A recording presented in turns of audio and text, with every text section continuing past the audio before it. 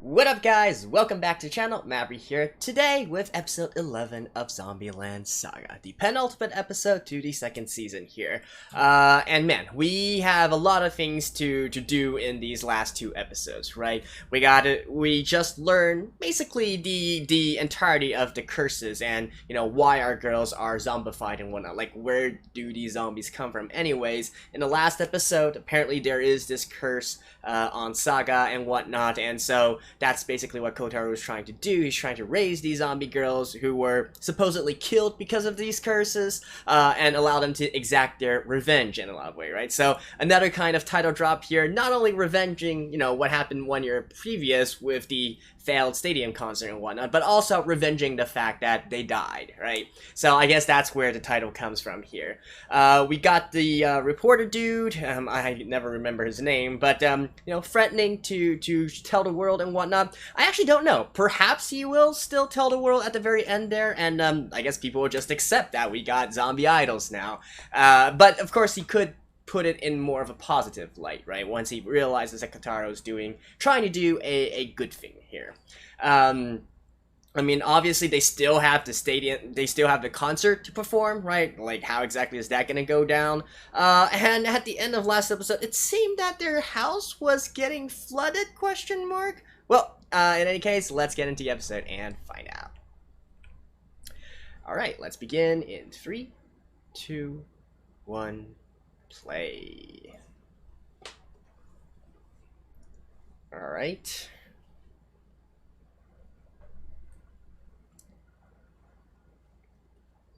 Again, this, I believe, was supposed to be released last year, right? But due to COVID and all that, got delayed. I presume, anyways.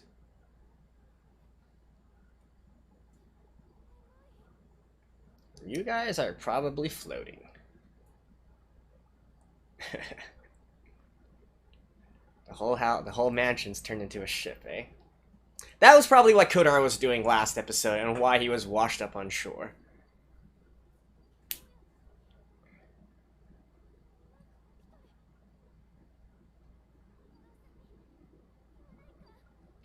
You're just getting seasick, girl. Oh yeah. There we go.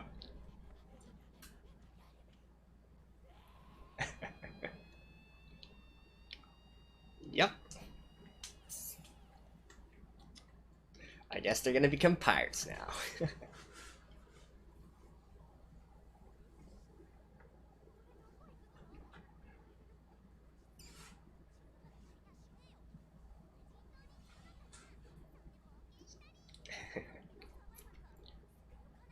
Zombie survival. Definitely a whole new meaning to zombie survival.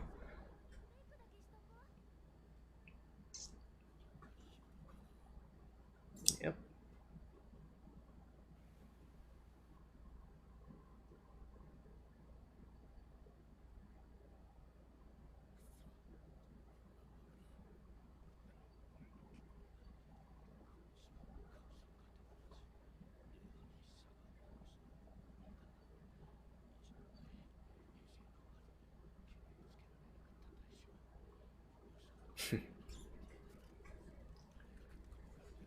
It's flooding.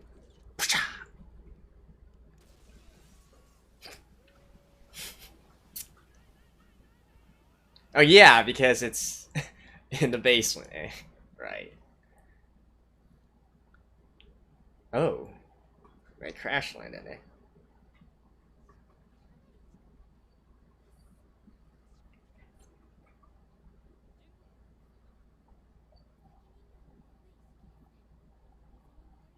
I actually wonder though, is this a reference to anything that happened in real life? Like, was there a big flood in 2019 in Saga?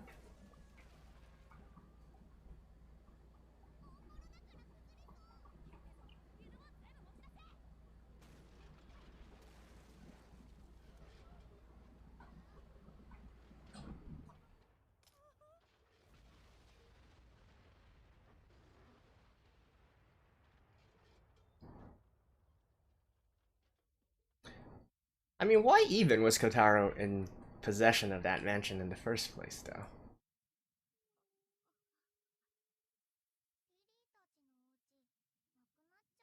Ah, I hope you have good insurance, Kotaro.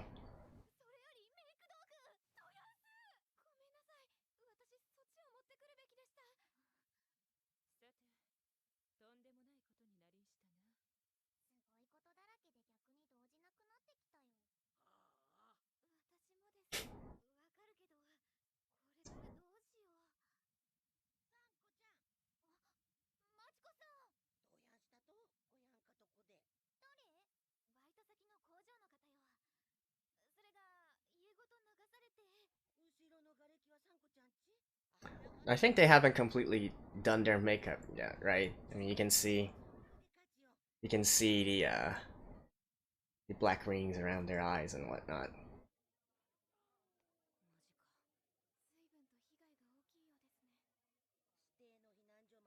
Hmm. I do wonder if they're going to like perform this episode to sort of alleviate the situation here, right?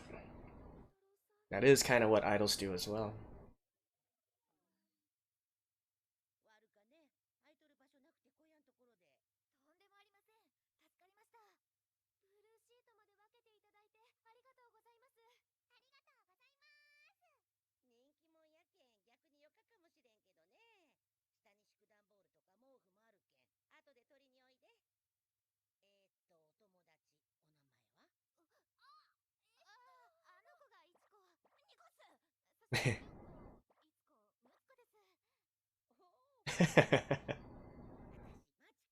Machiko.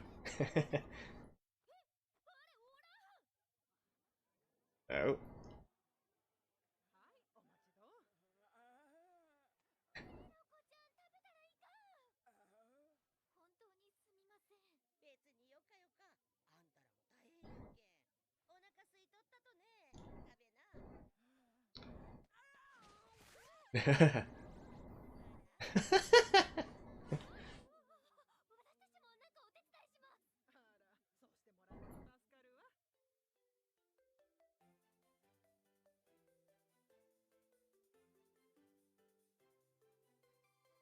Okay, so maybe not perform, but still kind of help out, right?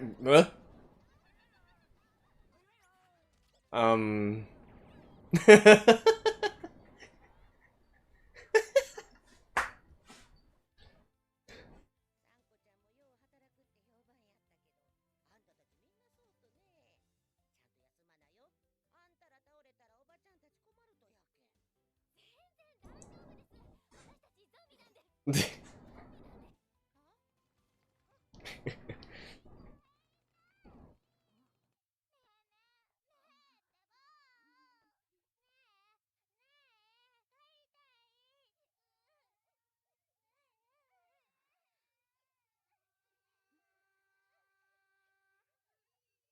Yep.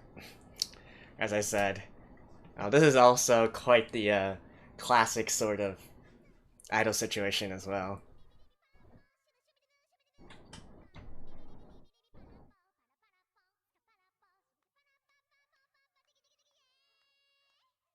Well, that was a big hit with the kids, right?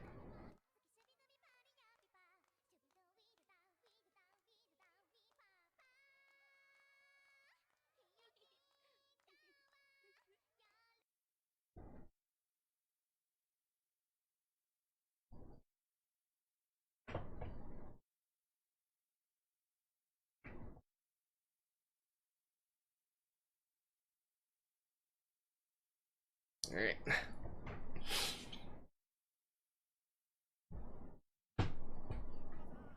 So about a day, 2 days later.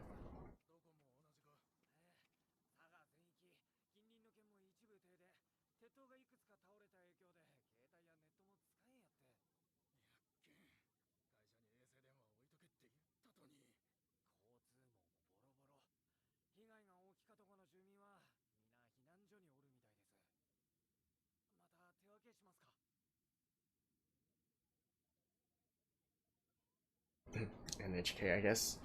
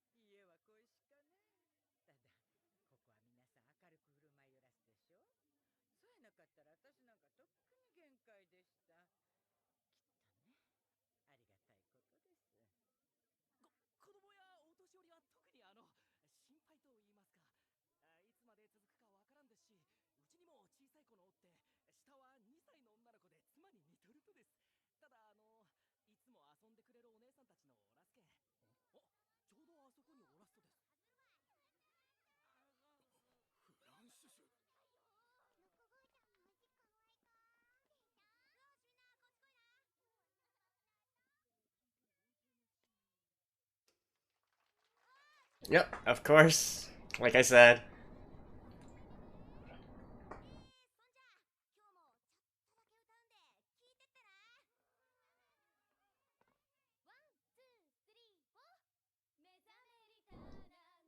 Alright. That seems to be their favorite song.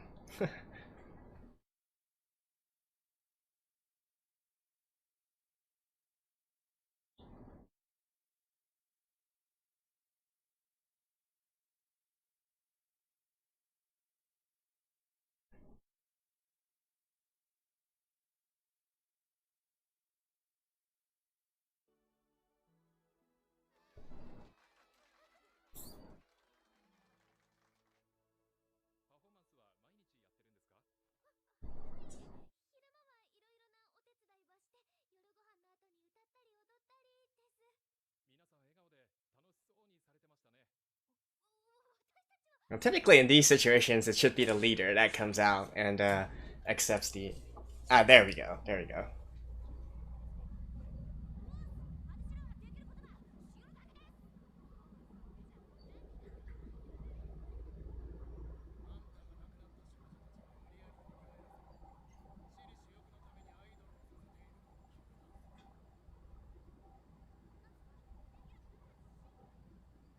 Yeah, he's thinking, was I wrong? Because if it was purely for profit, they wouldn't be here, right? Wait, you. You were literally still here for the past 2 days?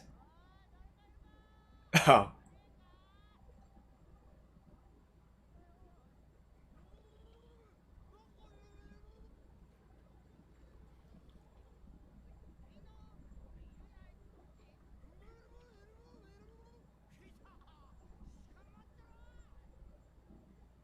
Yay! You saved.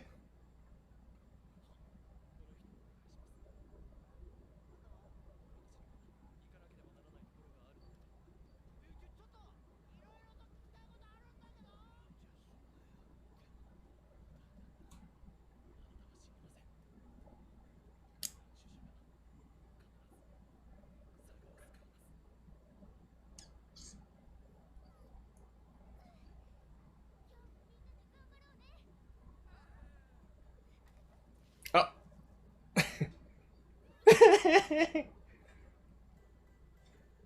Yeah, I mean, they don't have any way to reapply the makeup, right? At least for right now.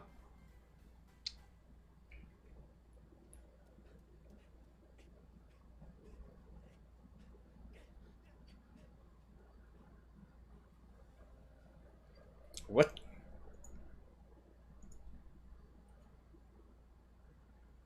Wait, is this Kohiro singing? Is this Mamo-san?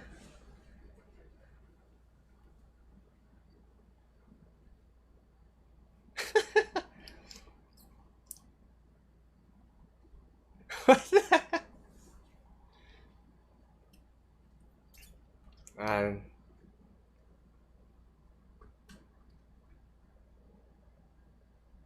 right, and I'm sure at the very end he's gonna see the Franchise girls on television and he's gonna realize, oh, there they are, right?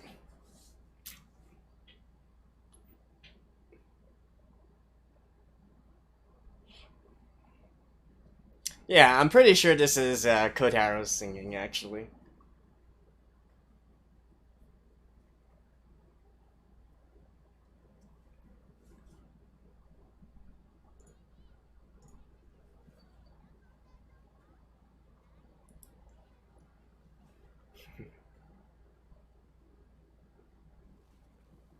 Yeah, they're all.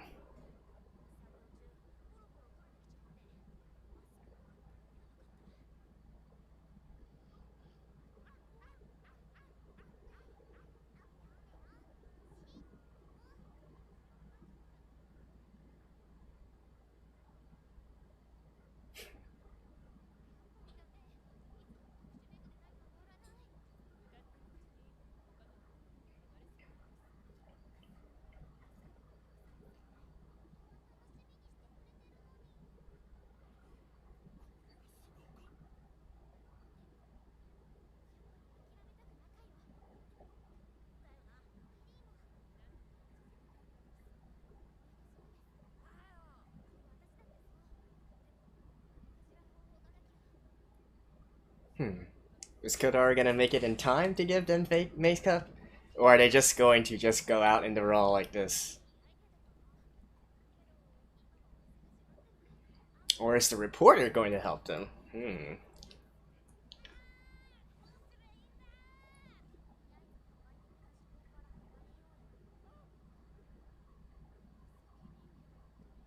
Oh.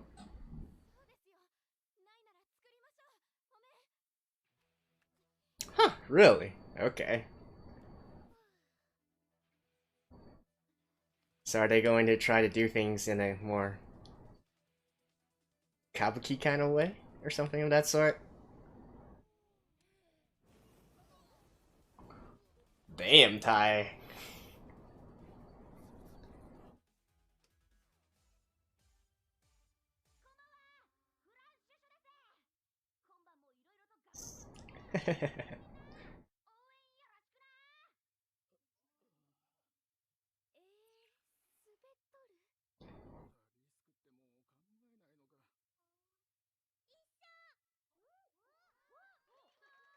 Yeah, because they're kids, so it should be okay.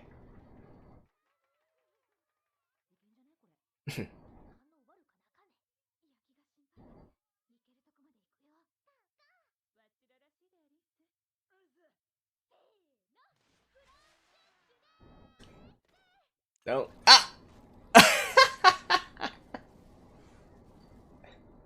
Oh ho! Oh ho ho!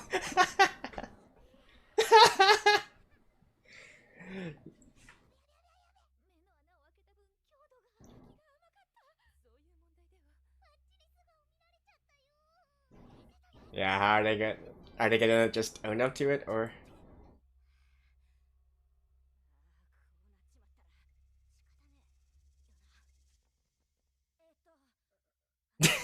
Yeah, just go public, and they're gonna be like,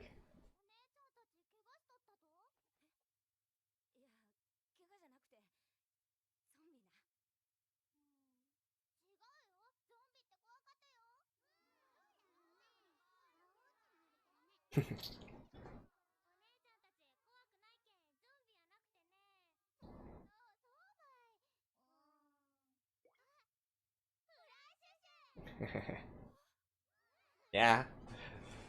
I was thinking like something like this might happen at the very end, right? So that they don't need to live under, you know, a mask anymore, a disguise anymore.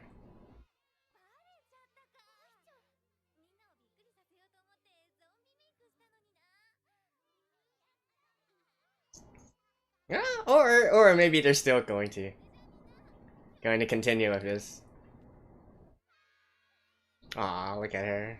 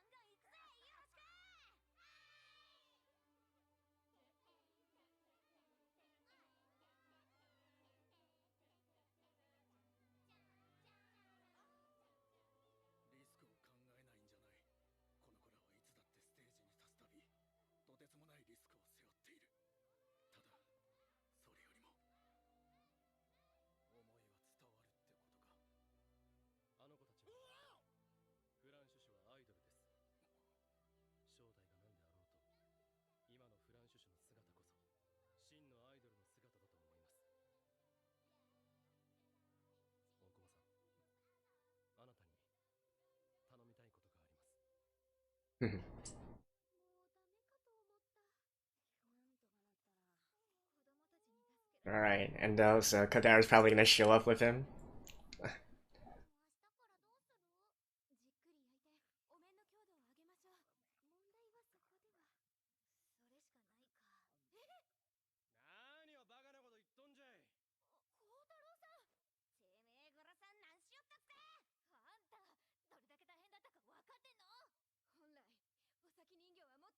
That's not the point.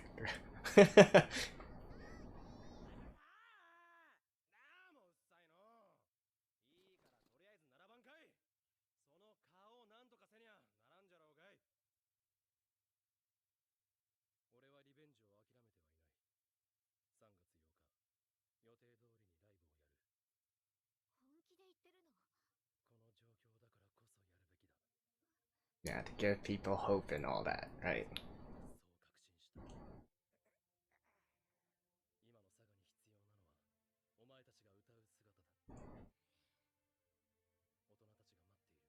Again, this is sort of like imitating real life as well.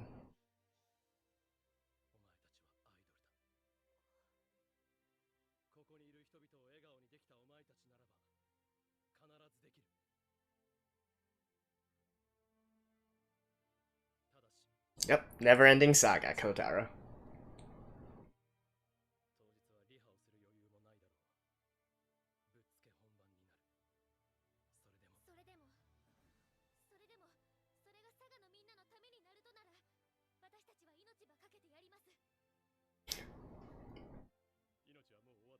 Yeah, that's what I was gonna say.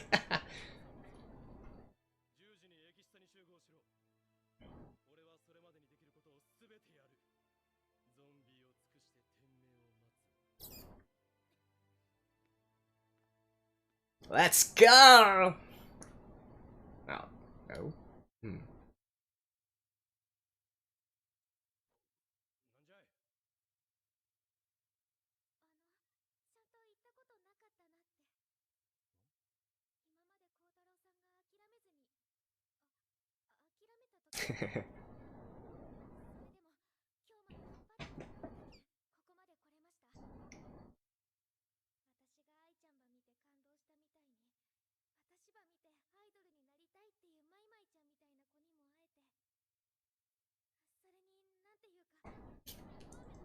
He wants to say thank you, I guess.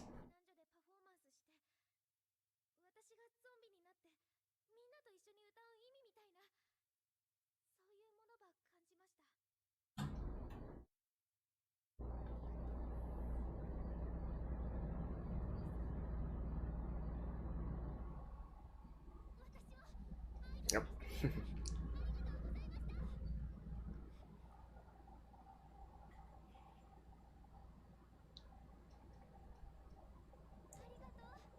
Aww.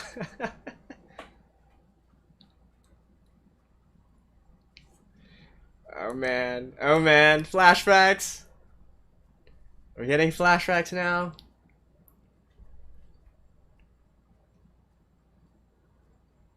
New member audition for what?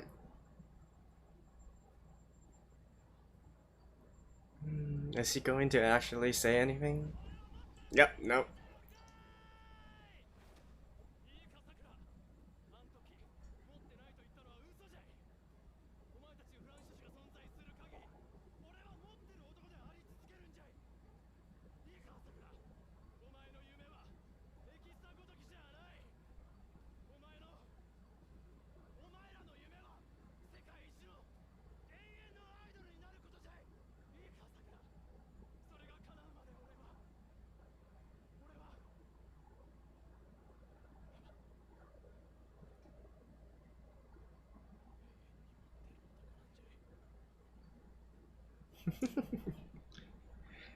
Yeah, I don't. I don't know. Are they going? Is he ever going to come clean to her before the end of this series? It's so hard to say, right? He could just stay silent forever. Ah, all right. Next episode is the last. Well, I don't want to look at the preview. See you guys after this. Well, alrighty, so everything worked out in the end, eh? And their identities were not actually exposed. I actually was thinking maybe by the end of this series, they would just, proudly stand out and say, yeah, we're zombies, but then because everybody loves them, it doesn't really matter anyways. Due to some quick thinking from I guess it's not the case. They still kinda sorta covered it up, but we'll see, right? We still have one episode to go, and now that the reporter is on their side as well, how exactly is he going to make this story, right? Obviously he's going to work together with Kotaro to promote Franchushu, get more people to see their concert at the stadium and whatnot, but yeah, we'll have to see in the next episode. And of course, the ending was indeed quite sentimental. Well, actually, I guess the latter half of this episode was quite sentimental in a lot of ways. This relationship between the idols and their fans and whatnot. It's actually a really, really brilliant thing. And I think that is part of what is so compelling to me about Japanese idol culture, which is really I've always said it's really quite different from the idol culture of other countries, like for instance American idols or Western idols, the boy bands, the boy groups or the girl groups and whatnot, and even versus something like the Korean idol groups as well, right? Well, I guess technically they don't call themselves idol groups, the Korean artists, if you will. Again, the boy groups, the girl groups, and that kind of thing. It really operates on a different kind of model. Japanese idol groups always have this concept of growing along with the fans, right? The fans, through the fans' encouragement and whatnot, they allow the group to continue to evolve, continue to go to greater areas and whatnot. They are supposed to be unfinished. They are supposed to be incomplete, and gradually stepping towards the stage of completeness through the help of fans and whatnot. Now, that kind of interaction, that kind of bond between the idols and the fans is, I think, something that I honestly really do wish more people could understand, especially those who are not Japanese, right? It's kind of hard to describe this, especially if you're, if you don't understand Japanese culture or you don't maybe follow these groups as much or whatnot. But it is why this this industry is so compelling, right? And people always say, why are there 1,001 idol groups in Japan and whatnot, right? And why is it that their level of performance and whatnot doesn't really match up with those that you can see like from coming out from Korea or whatnot. But it's just fundamentally they operate on a different kind of principle here, and I feel like this episode, especially the latter half in particular, really drives home that aspect of it's okay for you to be vulnerable, for you to look vulnerable, for you to even be a little bit immature, right, in how you handle situations and how you act and whatnot, because that actually adds the human element to it, and it makes them more compelling to their supporters, to their fans, and so on and so forth, right? And this sort of give and take process is yeah, I mean I just, at the end of the day, I still feel this needs to be said, right?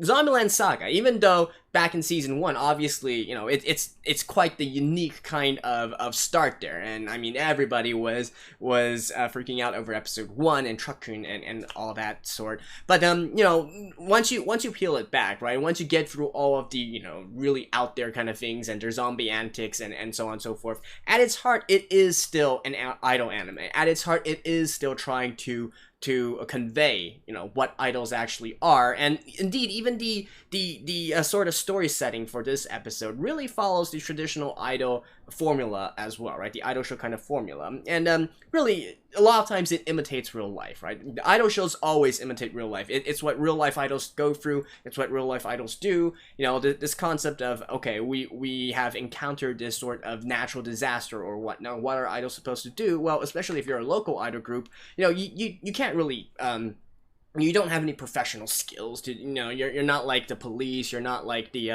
firefighters, you're not part of the army or whatnot, but you can do what you can do to help, right? Some do stuff like volunteering and whatnot. Some act as basically a sort of local ambassadors and whatnot, and from a more practical perspective, just keep people entertained, keep people's hopes up, lift people's spirits up, and that's that, right? And that has happened so many times already within the real life Japanese idol scene. And probably the most examples you can find would be those that happened after the 2011 earthquake, right? The big earthquake event in Japan. Lots of idol groups all did what they could to sort of help that situation, not only provide hope and so on and so forth, or have some free concerts or free performances, or heck, even just putting out some special works, special songs or whatnot, opening up these new projects with which all the proceeds would go towards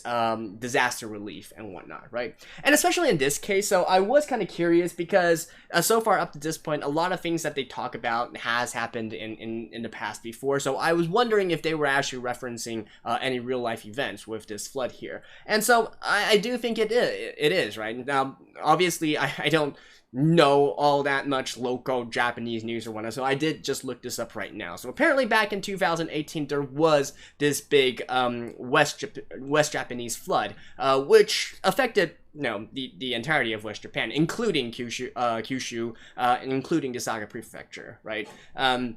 And that one was quite the deadly flood. I think it was the worst since the last 30 years or so. Like hundreds of people died and millions and millions more in damages and whatnot. But so during that time, there was this sort of flood that happened there. And in fact, a flood happened 2 years later as well. In I believe July of 2020, another one which wasn't as widespread. It was focused more on just the I guess Kakumoto areas, I believe.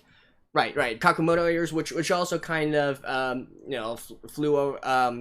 kind of overflowed into Saga as well, and the surrounding prefectures, but not quite as significant as damages or loss of life, but still a disaster regardless, right? And so it seems that Saga does, especially in recent years, have been the subject of many of these natural disasters and whatnot.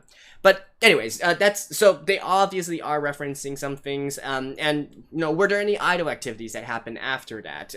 Yeah. So again, I'm not gonna go through and comb the internet to see every single idol groups what they did during that time, but I believe just from a curiosity glance for the 2018 floods, the idol group, the AKB48 idol groups, they are kind of like a family and whatnot, the 48s, 46s, that kind of thing. I think they did open some special project to drive fund relief for the affected areas. That's one. And then also Arashi and Johnny's, which is their agency, right? Arashi is the biggest. Even now, I would say, even though they have kind of disbanded, they are still probably the biggest idol group in Japan.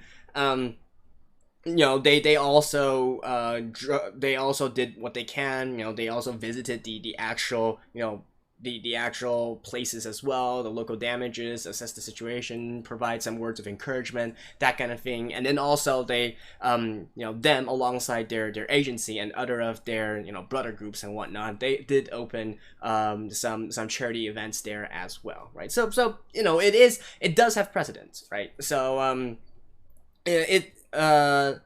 sorry, not precedence, precedent. It is just basically art imitating real life, right? So I love this topic, but to me, really, I do hope that the thing that most people can understand from this is the concept of idol culture and the beauty of it, if you will, because you could easily look at something like this and be like, this is such a stupid culture, it's just a bunch of nerds, a bunch of otakus trying to fan over and both sides, right? Both genders and whatnot. You got the boy bands, you got the boy groups, you got the girl groups, and so on and so forth, right? But it is still a beautiful thing when things like what we saw in this episode happen, and we can have this sort of mutual relationship between the idols and the fans and whatnot. So yeah. Anyways, but again, because it is such a common theme and whatnot, I think it wasn't too hard to guess what exactly would happen there. And I mean, yeah, that's basically it, right? So next episode, I mean, they are going to be still holding their performances. I would guess that it's either going to be a free performance, or maybe it's going to be a performance where they drive they drive donations for disaster relief or something of that sort. Maybe they will get some, maybe they will encourage, like, utilize that opportunity to encourage donations from around Japan as well, do some kind of tie-in with charity that way. And that might be why Kotaro enlists the help of, what is Oktoba? Right? I can never remember his name, actually. Okoba, I think. Okoba-san. Yeah. So, basically that part. And yeah, I mean, at the end of it all, let's just see how exactly they perform a banging performance, and if we are gonna get some new music at the very end there. If we do, hopefully it's great, right? And speaking of music, yes, the song where we saw Kotaro running, that was indeed sang by Kotaro's voice actor, Mamoru-san. So, yeah, Mamo-san. But anyways, so yeah, I think that's pretty much it for this episode, and we'll just have to see the grand finale, right? I don't expect there to be any specific more interactions between Sakura and Kotaro. In fact, I think even if we do get a further season or whatnot, we're not going to revisit their storyline anytime soon. Because that's probably not what Kotaro wants to do, right? At this point, that's all in the past, and we're looking towards the future here, right? So, can there be a season 3? Don't know. Maybe they do want to kind of show the girls eventually conquering Japan and maybe the entire world as well. I don't know, right? We'll have to see in the next episode. So, thank you guys, and I will see you guys next time. Bye-bye.